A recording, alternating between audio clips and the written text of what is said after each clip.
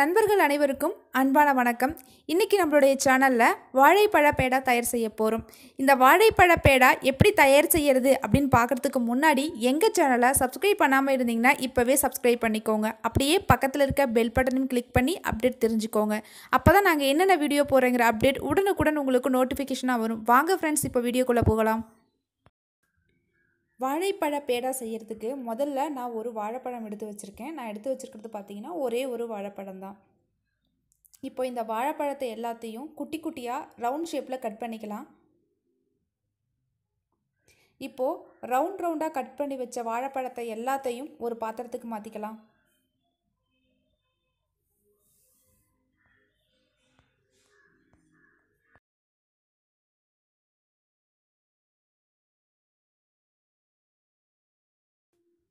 இப்போது இதில் ஒரு 2 ஸ்பூன் அளவுக்கு பொட்டுக்கடலையை கொஞ்சம் கொரன்னு அரைச்சி மிக்சியில் அரைச்சி வச்சுருக்கேன். இப்போ அதையும் நம்ம இதில் ஆட் பண்ணிக்கலாம்.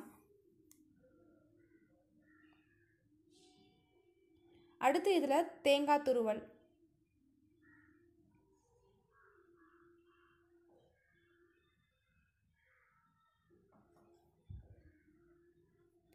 அடுத்து இதில் 2 ஸ்பூன் அளவுக்கு நாட்டு சர்க்கரையை சேர்த்துக்கலாம்.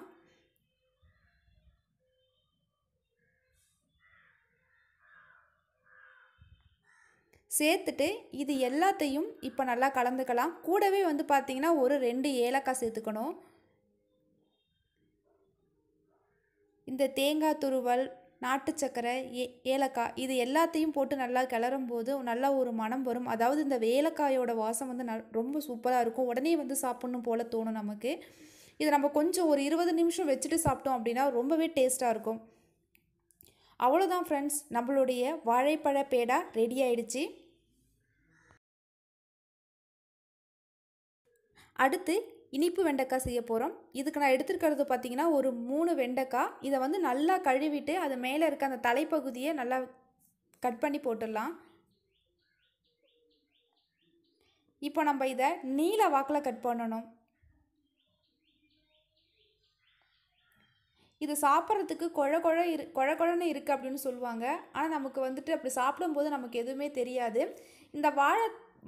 இந்த வெண்டைக்காயை சாப்பிட்றதுனால மலச்சிக்கல் பிரச்சனை சரியாகும்.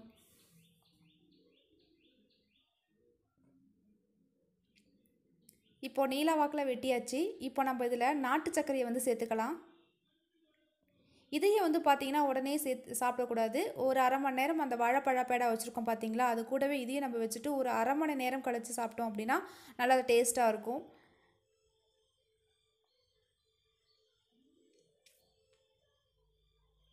நம்ம உணவுகளை பொதுவாக இந்த வெண்டைக்காயெல்லாம் பார்த்திங்கன்னா நல்லா வேக வச்சு இல்லைனா நல்லா ஃப்ரை பண்ணி தான் சாப்பிடுவோம்.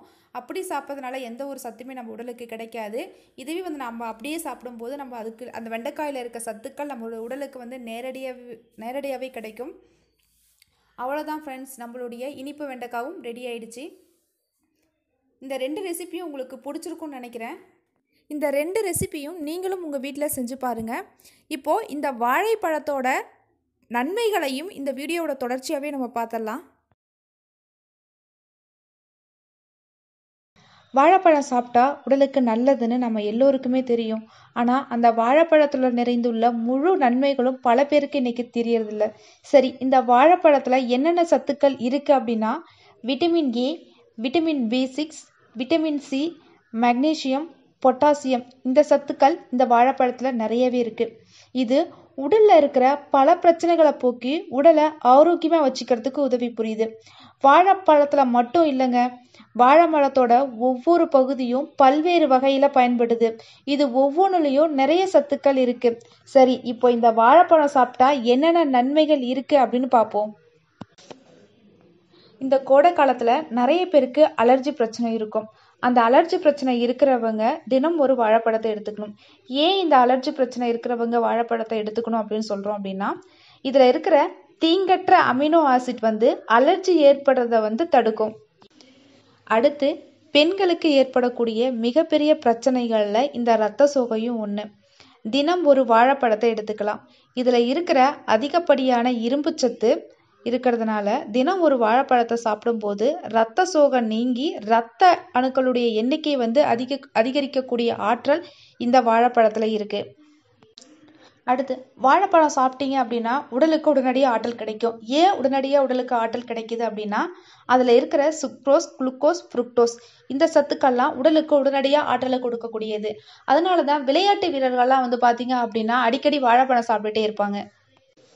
அடுத்து மலச்சிக்கல். மலச்சிக்கல் பிரச்சனை இருக்கிறவங்க தினம் இரவு ஒரு வாழைப்பழம் சாப்பிட்டீங்க அப்படின்னா மலச்சிக்கல் பிரச்சனை சரியாகும். அடுத்து வயிற்றுக்கடுப்பு. இந்த கோடை காலத்தில் அதிகமாக ஏற்படக்கூடிய பிரச்சனைகளில் இந்த வயிற்றுக்கடுப்பும் ஒன்று. அதுக்கு என்ன பண்ணணும் அப்படின்னா நல்லா அதாவது நல்லா பழுத்த ஒரு வாழைப்பழம் கூடவே கொஞ்சம் உப்பு இதெல்லாம் நல்லா மசிச்சு சாப்பிட்டீங்க அப்படின்னா சீக்கிரமாகவே இந்த வயிற்றுக்கடுப்பு பிரச்சனை வந்து சரியாகும். அடுத்து ஆண்கள், பெண்கள், குழந்தைகள் இவங்க எல்லாருக்கும் ஏற்படக்கூடிய இன்னொரு பிரச்சனை வந்து அல்சர். தினமும் ஒரு வாழைப்பழத்தை சாப்பிட்டீங்க அப்படின்னா அல்சர் பிரச்சனை சரியாகும். அதோடு நல்லா பழுத்த பழத்தை சாப்பிடும்போது இந்த அல்சரோட இந்த குடல் அலர்ச்சியும் குணமாகும், செரிமானமும் சீராக நடைபெறும். வாழைப்பழத்துல அதிகமான அளவு பொட்டாசியம் இருக்கிறதுனால இது மூளையோட செயல்பாட்டை அதிகரிக்கும். அதனால படிக்கிற உங்களுடைய குழந்தைகளுக்கு தினமும் ஒரு வாழைப்பழத்தை கொடுங்க. என்ன ஃப்ரெண்ட்ஸ், வாழைப்பழ பேடா மற்றும் வாழைப்பழம் சாப்பிட்றதுனால என்னென்ன மாதிரியான நன்மைகள்லாம் ஏற்படுது அப்படிங்கிறத இந்த வீடியோவில் நீங்கள் தெரிஞ்சிருப்பீங்க. இந்த வீடியோ உங்களுக்கு பயனுள்ளதாக இருக்கணும்னா இந்த வீடியோவை உங்கள் நண்பர்களுக்கு ஷேர் பண்ணுங்கள், லைக் பண்ணுங்கள், கமெண்ட் பண்ணுங்கள். மறக்காமல் எங்கள் சேனலை சப்ஸ்கிரைப் பண்ணி எங்களுக்கு சப்போர்ட் பண்ணுங்கள். இதுவரைக்கும் இந்த வீடியோவை பார்த்த நண்பர்கள் அனைவருக்கும் நன்றி.